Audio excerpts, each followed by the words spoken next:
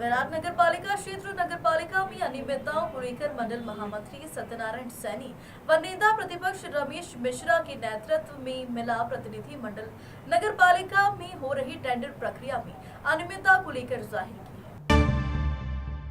नाराजगी पिछले दिनों लगी टेंडर में कुछ टेंडर तो ऑनलाइन किए गए, लेकिन कचरा उठाने वाली संविदा पर लगी ट्रैक्टर हटाकर ईओ ने अपने निजी आदमी को ठेका दिया था। इसको लेकर ईओ से कहा गया कि उन्होंने कहा कि सारी प्रक्रियाएं ऑनलाइन करी गई है। इसकी जानकारी मांगी गई तो ईओ ने कहा कि मैं अभी आपको दिखाती हूं, लेकिन काफी देर इंतजार करने के बाद भी कोई जानकारी नहीं मिली। इस दौरान सत्यनारायण सैनी ने पैसे लेकर टेंडर देने की बात कही और उन्होंने कहा कि आप यहाँ हैं, ट्रैक्टर ट्रॉली का टेंडर कैंसिल करें और इससे ऑनलाइन टेंडर निकले, अन्यथा हमें नगर पालिका पर प्रदर्शन करना पड़ेगा।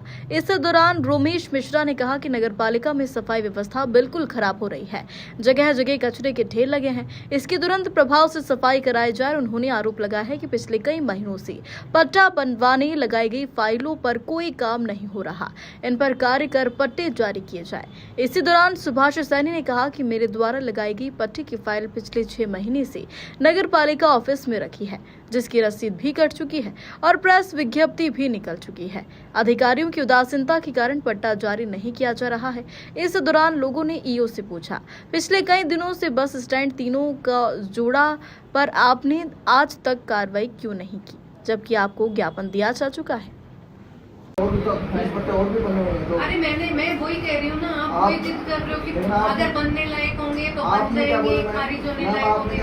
मैं ही कह रही हूँ कि भाई हमारी कलम वही चलेगी तो सही होगा, नियमानुसार होगा तो हमारी कलम चलेगी। आपकी कलम चलती है, खारिज होने लायक होगा, खारिज होगा ही, इसमें क्या है। दिखा दो, अगर खारिज होते ना मेरे पट्टे, खारिज करके दिखा दो आप। अगर आप लेकर काम तो खारिज करके दिखा दो। तो डायल किया है, पहले भी टेंडर लगाया था और अब उसमें मतलब मैं कर रही हूँ प्रायोरिटी पे इसको। कब तक टेंडर लग जाएगा? टेंडर अभी लगा था और उसमें मैं देखती हूँ फाइल की स्थिति क्या है, अगर वर्क ऑर्डर पे होगा तो फिर वर्क ऑर्डर पे। जो नगर पालिका में यहाँ काफ़ी कचरा पड़ा हुआ है, हाँ। हमने भी देखा है और कोई सफाई नहीं हुई और फिर भी इनका बजट उठ रहा है, इसका क्या कारण है?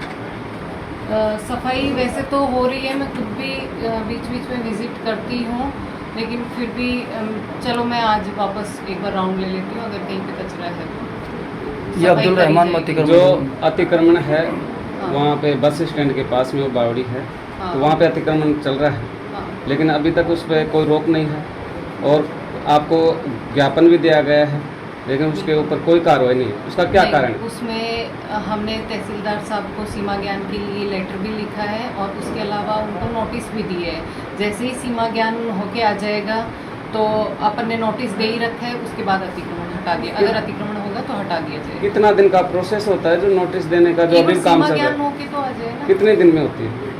तहसीलदार साहब बता पाएंगे। अच्छा, और ये पट्टे 1 साल से क्यों नहीं दिए जा रहे? जो पट्टे हैं अभी हमारे सामने मैटर आया था, उनकी रसीद भी कट गई है यहाँ से, उसके डॉक्यूमेंट्स भी वो बता रहे थे डॉक्यूमेंट्स में, फिर भी मेरा पट्टा नहीं बन रहा है। उसका क्या कारण है?